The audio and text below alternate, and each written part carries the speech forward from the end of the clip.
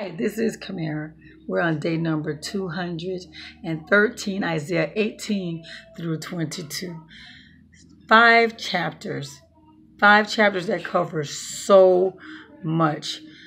Mostly about judgments, messages that God had given Isaiah.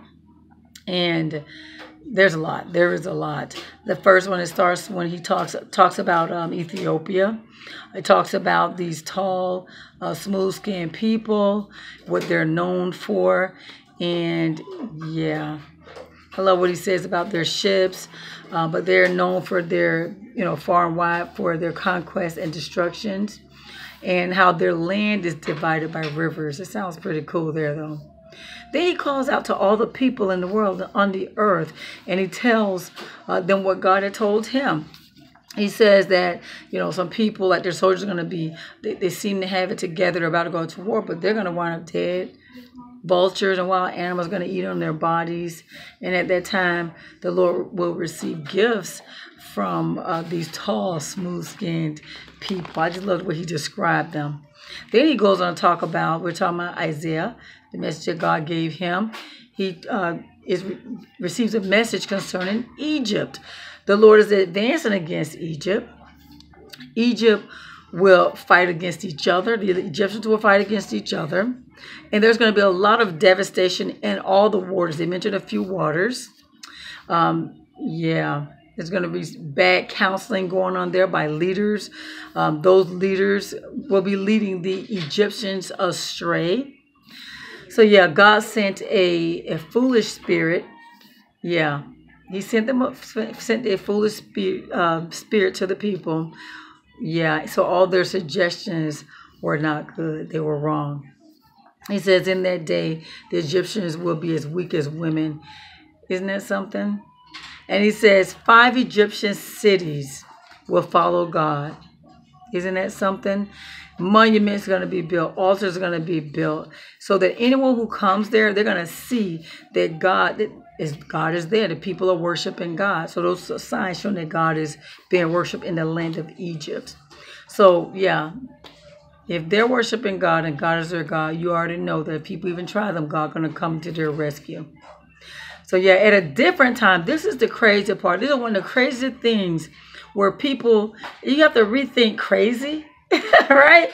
Because God tells Isaiah to remove his clothes, remove his sandals from his feet, tells Isaiah to walk around for 3 years bare butt naked.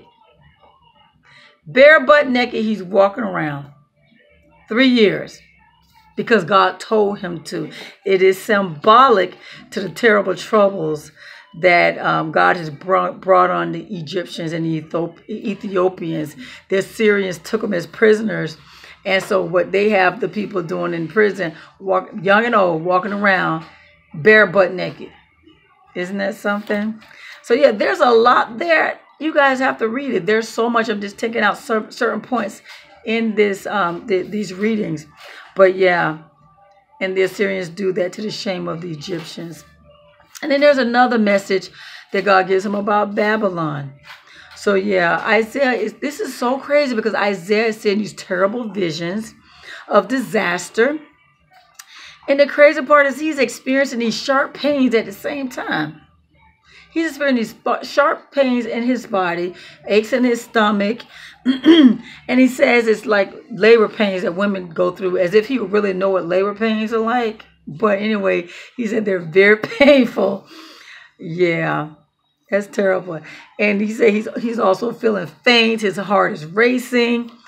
And this is during the vision that God has given him about the destruction of Babylon. Yeah, he sees the fall of Babylon. At one time, God told him to place a man on the tower, like the watchtower, call out, Babylon is falling, Babylon is falling. Yeah. Then he received a message about Edom. He receives a message about Arabia. And he also receives a message about Jerusalem. And Jerusalem, the city of Jerusalem, there's going to be terrible things that happen there.